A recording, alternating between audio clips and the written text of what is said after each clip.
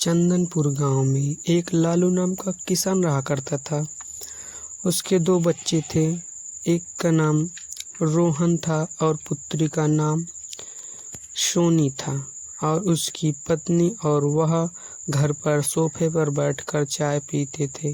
तभी पत्नी अपने पुत्र रोहन से कहती है, बेटा जाओ बाहर से सब्जी ले आओ। रोहन चला जाता है। जब रोहन चला जाता है तब उधर उसकी पत्नी भी रसोई घर में खाना बनाने चली जाती है। तब इधर लालू अपनी पुत्री से कहते हैं कि बेटा मैं जा रहा हूँ बाहर खेतों की तरफ और तुम अपना ख्याल रखना, घर पर ही रहना। और वह लालू चला जाता है। लालू अपने खेतों की ओर कई बागों को पार करके जाया करता था, जो बाग समय के विरुद्ध थे और वह बाग रात में बहुत ही खतरीले होते थे। तभी इधर उसकी बेटी भी चली जाती है अपने कमरे पर। तब इधर लालू कुछ दूर निकल आता है, जहाँ देखता है कि उसे काफी समय हो गया था। तभी वह अपने खेतों की तरफ बढ़ता चला जाता है। तभी उसे एक घना जंगल, सबसे घना और डरावना जंगल मिलता है, जहाँ उसको खुद ही डर लग रहा था। और धीरे धीरे वह उस जंगल को पार ही कर रहा था। तभी उसे अचानक से एक चुड़ैल दिखती है, जो उस पर एक आत्मा डाल देती है। फिर उस पर आत्मा पड़ जाने पर वह उसी के बस में हो जाता है। तब चुड़ैल उसकी एक नहीं सुनती और उसे चुड़ैल बना देती है। जब चुड़ैल वह बन जाता है तब वह कहती है कि तू मेरी कहने पर चलेगी, क्योंकि उसने उसे एक चुड़ैल बना दिया था। और फिर चुड़ैल उसे जब पहुंचती है अपने गांव की तरफ, तभी उसे अपने पुराने भेष में बदल देती है और लालू अपने पुराने भेष में आकर फिर अपने घर की ओर चला जाता है। जब अपने घर पहुंचता है वह तो बहुत ही सही रहता है। जब वह गांव के बाहर अंधेला शाम होती है तभी चुड़ैल भी आ जाती है। जब चुड़ैल आ जाती है तो वह गांव के बाहर ही अपना जादू चलाती है और एक अपना भेष रखती है। और धीरे धीरे वह और शाम होती है। जब शाम हो जाती है तब वह और भी खतरनाक रूप में उड़ते हुए गांव के बाहर ही घूमती है। फिर वह गांव के बाहर एक घर पर खड़ी हो जाती है, जो लालू के घर से कुछ ही दूर पर था।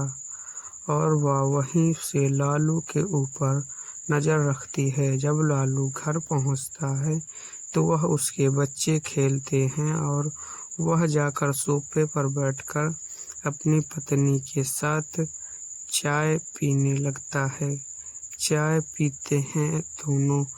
इधर इनको कुछ भी नहीं पता था।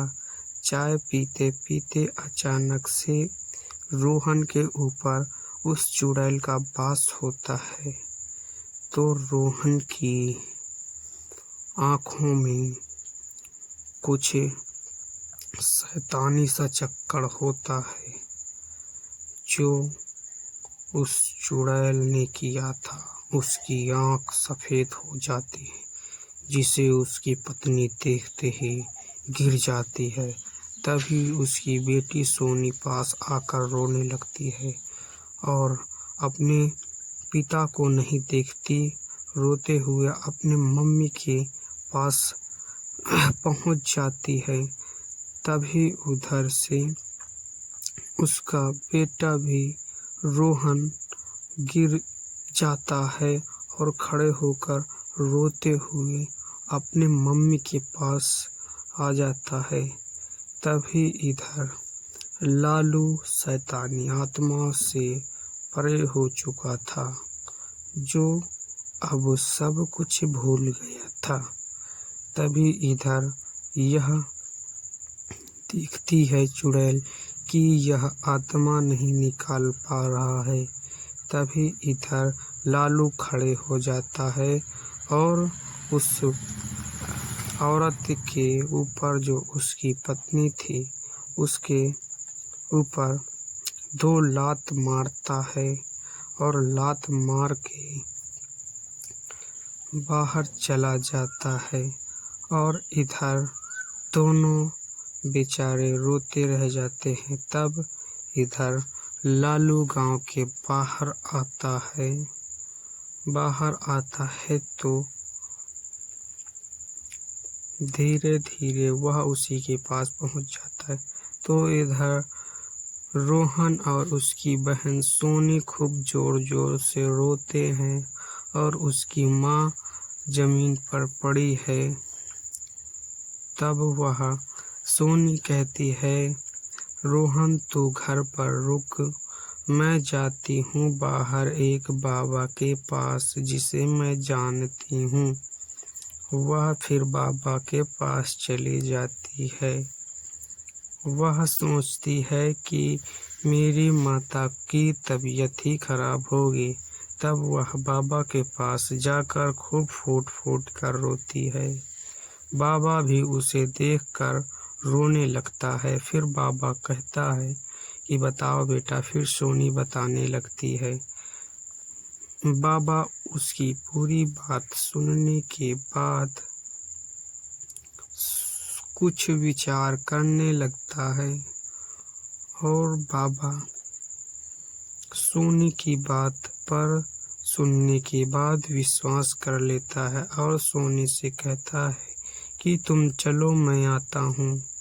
फिर सोनी वहाँ से चली आती है। फिर बाबा भी खड़े होकर उसके साथ उसे रुकाकर चले आते हैं। बाबा धीरे धीरे सोनी के साथ उसके घर के पास आ जाते हैं। जब घर के अंदर आते हैं तो देखते हैं उसकी माता जमीन पर पड़ी हुई है। तभी बाबा उसके पास पहुंचकर खड़ा हो जाता है और उसे सोचने लगता है और बैठ जाता है। अपनी हवन सामग्री भी नहीं लाता है, तो वह अपने जंत्र मंत्रों से उसे अपने बस में करता है और बचाने का पूरा प्रयास करके उसे हवन के पास लिटा लेता है। तब हवन करके उसे बाबा अपने जादू से जिंदा कर देता है और वहाँ से चला जाता है। जब बाबा चला जाता है तो सोनी इधर अपनी माँ को फिर से जीवित पाकर बहुत ही खुश हो जाती है और खुशी से अपनी माँ के गले मिलती है। इस तरह